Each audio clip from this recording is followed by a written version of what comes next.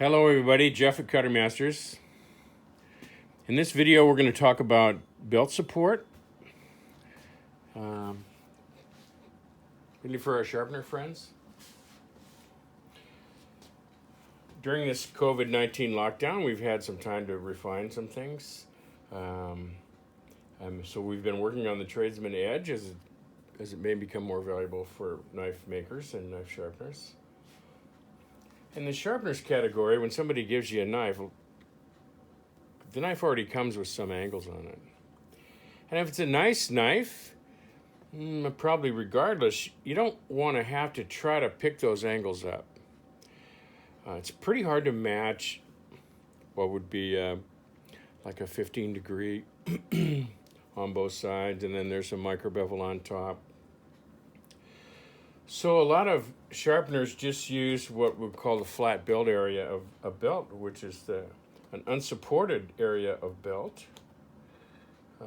And they do that because it's not a fixed angle geometry. It's got a bit of convex shape in it. Well, the problem with that is, what we're finding, is that varies with pressure. And also, usually belt sanders go too fast. So in the instance of the Edge, we've made a DC motor which has got a very powerful variable speed.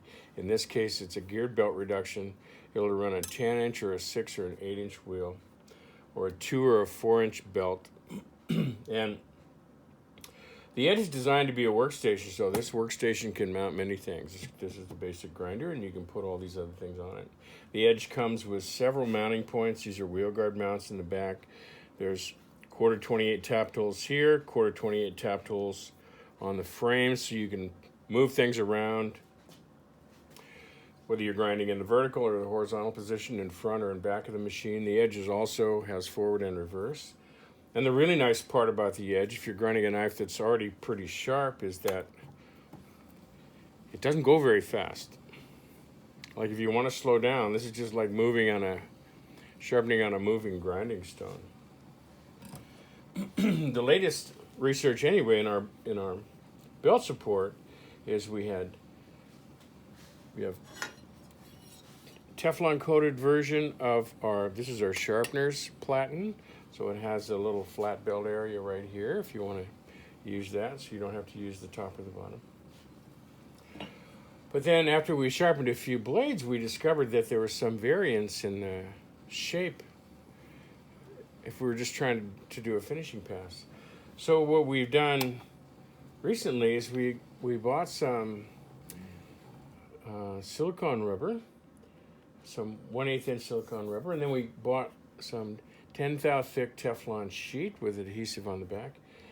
And what we did is we put a layer of that 1/8, and we'll probably end up at 1/16 right here behind the platen. So you actually have kind of a smart platen. So what happens when you bear on this surface, and at that speed, you can lean on things. You can actually brace the blade itself and come across like so.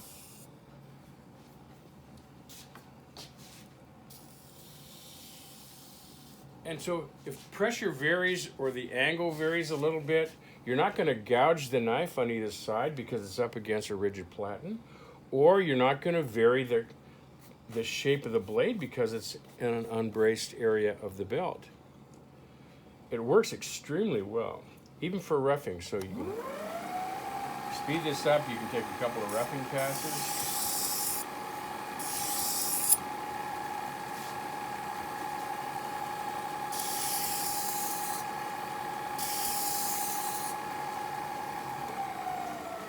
And when you get down to a point where it's sharp and you've raised the burr, you can actually take the burr off to a great extent just by going like that. And in this case here, it's not unlike being on a grinding stone with a knife at 45 degrees. We also have a leather belt that fits on this, so for those people that really want to do a keen job on the Edge, you can just put the leather belt on and hone it out.